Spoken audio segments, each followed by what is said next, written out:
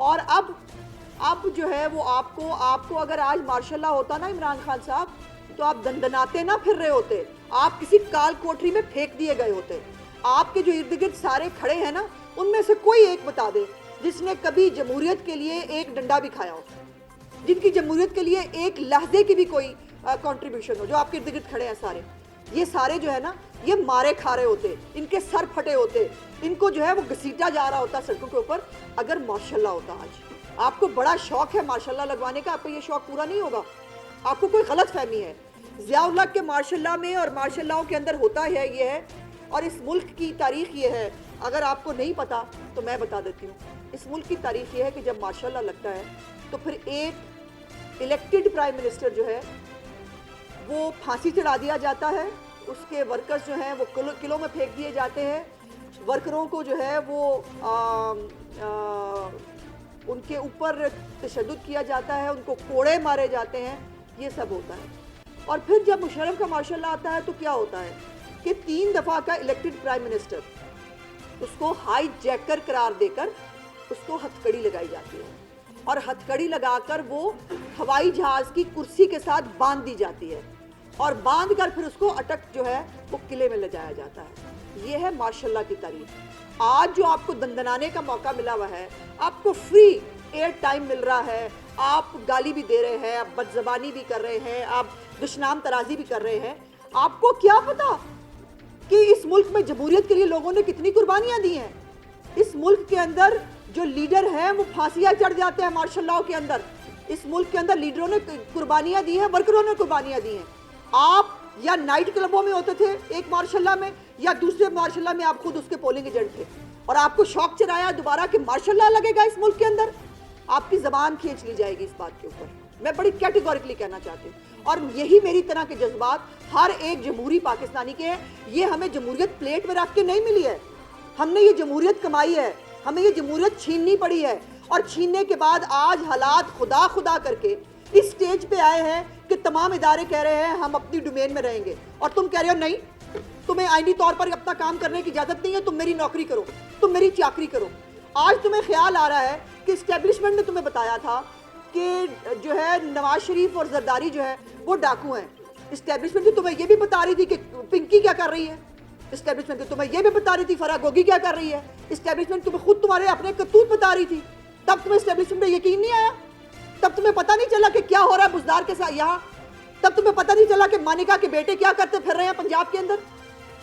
Establishment نے تمہیں بتایا, اور پھر تو تمہاری اپنی وہ جو تم کہتے ہو 26 سال کی جدوجہد ہے جس کے اندر تمہیں پتا تھا کہ یہ سارے چور ڈاکو ہیں, پھر تم جھوٹ بولتے رہے ہو, بکواس کر رہی ہو. یہ تمام چیزیں تمہاری کہ تمہیں پتہ ہی نہیں تھا کسی بات کا, تمہیں ایک پپٹ تھے, تمہیں نچایا جا رہا تھا, تم ناچ رہے تھے, اور آج تم آ کے کہہ رہے ہو, پھر ایک بات پہ کھڑے ہو نا, پھر کہو میں پپٹ تھا, پھر کہو میری اوقات نہیں تھی. اب آ کے آج باہر کہتے ہو میرے پاس اختیار ہی نہیں تھا. تو تم کر کیا رہے تھے وہاں بیٹھ کے؟ اختیار نہیں تھا, تم نے خود کہا میرے فون ٹیپ ہوتے ہیں, سب کے ہونے چاہیے سارے وزیر اعظموں کو, نہیں کہا نا, اب روتے کا ایک لیو. تم نے کہا نہیں کہ باجوہ صاحب جیسا سب سے زیادہ جو ہے وہ جمہوری ذہن رکھنے والا کوئی آرمی چیف نہیں ہے.